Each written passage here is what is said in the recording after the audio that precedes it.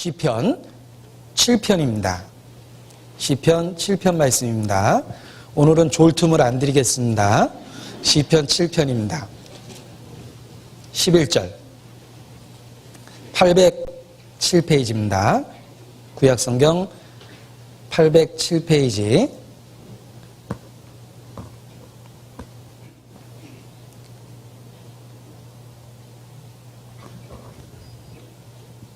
11절 말씀을 같이 읽겠습니다.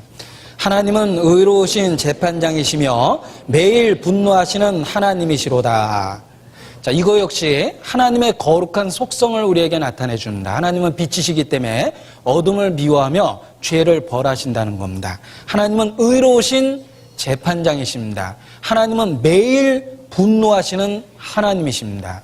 하나님이 매일 분노합니다. 인간은 매일 크고 작은 죄를 짓습니다. 그것을 쳐다보시는 하나님께서 매일 분노하십니다. 여러분 삶 속에 하나님이 매일 분노하는 것을 경험해 보셨습니까?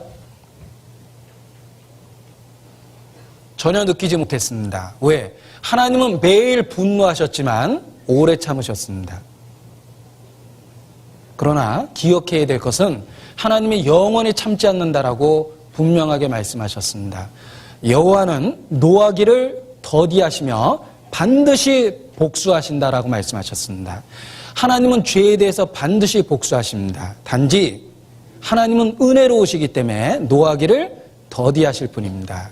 그의 오래 참으심이 너희의 구원이 될 줄 알라 말씀하셨습니다. 하나님은 매일 분노하셨지만 그 분을 참고 터뜨리지 않았습니다. 우리에 대해서 오래 참아주셨습니다. 오래 참았기 때문에 우리가 구원받을 수 있었던 겁니다.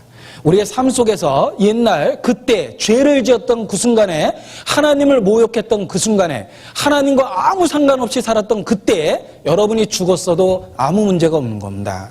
근데 왜 그때 죽지 않았냐면 하나님이 오래 참으셨습니다. 그 오래 참으심 때문에 우리가 복음을 듣고 구원받을 수 있는 기회가 생긴 겁니다.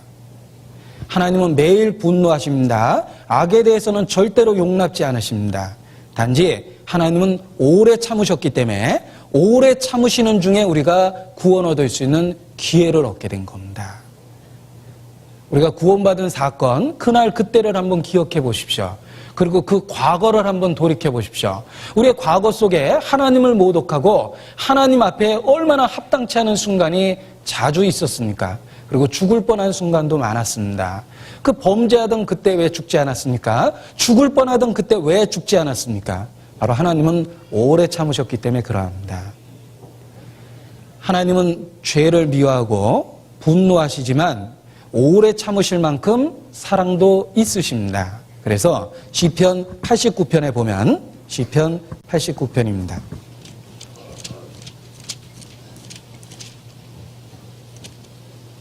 14절 이와 같이 기록되어 있습니다. 시편 89편 14절입니다.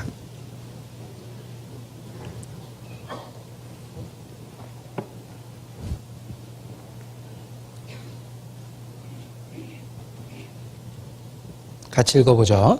의와 공의가 주의 보좌의 기초라. 인자함과 진실함이 주를 앞서 행하나이다. 하나님은 천지 만물을 다스리십니다. 그는 만왕의 왕이십니다. 그는 보좌 위에, 다스리는 보좌 위에 앉아 계시는데 그 보좌의 기초는 의와 공의라고 이야기합니다. 하나님이 의로운 분이기 때문에 이 세상을 다스리실 수가 있는 겁니다. 그런데 하나님이 의와 공의만 있었다면 우리 같은 죄인은 구원 얻을 수 없었을 겁니다. 하나님의 인자함과 진실함, 하나님에게는 사랑도 있습니다. 하나님의 사랑이 의와 공의보다 앞서 행했기 때문에 우리가 구원받을 수 있었습니다. 하나님의 공의가 먼저 우리에게 집행되었다면 우리는 영원히 이루어졌을 겁니다. 그런데 의와 공의에 앞서 하나님의 사랑이 우리에게 나타났고 그 사랑이 우리를 진리로 인도했습니다. 하나님이 오래 참으실 때 의와 공의가 집행되기 전에 하나님의 인자함과 진실함이 먼저 우리에게 도착되었습니다. 그래서 구원 얻을 수 있는 놀라운 기회를 얻게 되었습니다. 사형수가 있습니다. 법에 의해서 마땅히 사형당할 사람입니다. 사형이 집행되기를 기다리고 있습니다. 그런데 그 사형수가 살아날 수 있는 방법은 딱 하나입니다. 대통령에 의해서 사면장이 발행되는 겁니다. 사면장이 발행됐습니다. 사면장이 발행돼서 전달되기 전에 만약에 법이 먼저 집행됐다면 어쩔 수가 없는 겁니다. 사면장을 발행했는데 가지고 와보니까 처형됐더라. 역사 속에 그러한 불행한 사례도 실제로 있었습니다. 법이 먼저 집행됐기 때문에 그 사람은 혜택을 얻지 못했던 겁니다. 그래서 실제로 사형당하는 그 형장에 대부분의 나라에서 비상전화를 설치해 놨답니다. 그 비상전화의 용도는 무엇입니까? 만약에 사면장이 발행되었을 때 그 형이 집행되지 않도록 긴급한 연락을 위해서 사형장에는 반드시 비상전화가 있답니다. 그 사람에겐 마지막 희망입니다. 벨이 울리고 형이 정지되다, 형집행이 정지됐다는 이야기가 들리는 것이 그 사람이 바라볼 수 있는 마지막 희망일 겁니다. 하나님은 법을 집행하기에 앞서 인자와 진실하심을 먼저 우리에게 보냈습니다. 사랑입니다. 심판이 있기 전에 우리에게 기회를 주시고 우리의 마음을 감동하시고 복음을 우리에게 설명해 주십니다. 구원받을 수 있는 유일한 길을 우리에게 나타내 주십니다. 거절하면 그 뒤를 이어 의와 공의가 집행될 겁니다.